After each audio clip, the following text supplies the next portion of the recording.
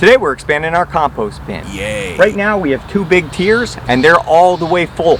So we're gonna add a 3rd tier right here where I'm sitting today. A buddy of mine just dropped off several bags of leaves from his yard, and we're gonna mix that with all these bags of used coffee grounds that I've been collecting from Starbucks. I've actually been weighing all of the coffee grounds that we get from Starbucks, and as of today, we've saved over 210 pounds from going into the landfill. I think that's pretty cool. You can see our setup doesn't need to be fancy. Today we're repurposing some cinder blocks and an old pallet to hold in all of our compost material. At this point, we're gonna alternate between a bag of leaves and a bag of my coffee grounds. So we have a leaf layer down here. Now, I'm just gonna add that in the mix. Move to the next bag. Coffee grounds are going to be a nitrogen source for your pile, while leaves are going to be a carbon source for your pile. When you have these both together in that pile, that's what's going to help the composting process occur.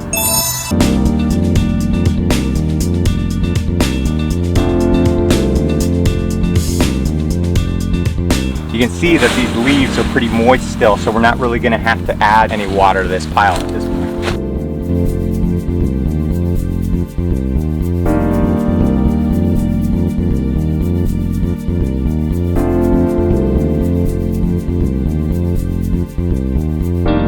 Sometimes you may get a bag of coffee grounds that still has the filters in it, and that's perfectly fine. Just throw them in just like the rest of it.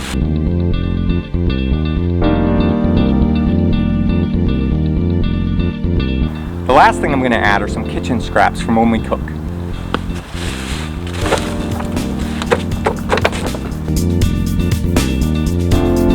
And there you have it.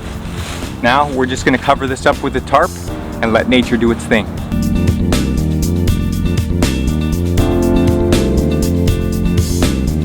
The tarp is going to help us keep the right amount of moisture in this pile. We don't want it to get too wet from the rain here in Washington. Things like leaves and coffee grounds can easily be composted and turned into a useful resource for your garden. It's much better off keeping it out of the landfill where it goes and gets contaminated or turns into a methane gas, which can go back up into our atmosphere. This is one of my piles that's a little further along. This thermometer goes deep down into our pile to ensure that it's getting hot in the middle. If you shred the leaves or break down everything into smaller bits, it's going to decompose faster, but it's a lot more work, and I'm trying to get more people to compost. So what we do here is we just let it sit. That's it. On occasion, I might come out with a pitchfork and kind of mix it around a little bit, but for the most part, our compost is just going to sit. Once we set it in the layers, I just let the worms do their thing and let the compost break itself down.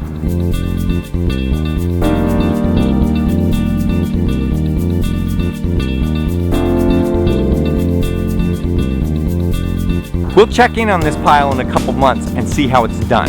If you enjoyed this project, go ahead and hit that like button and be sure to subscribe so you can see our updates and other projects.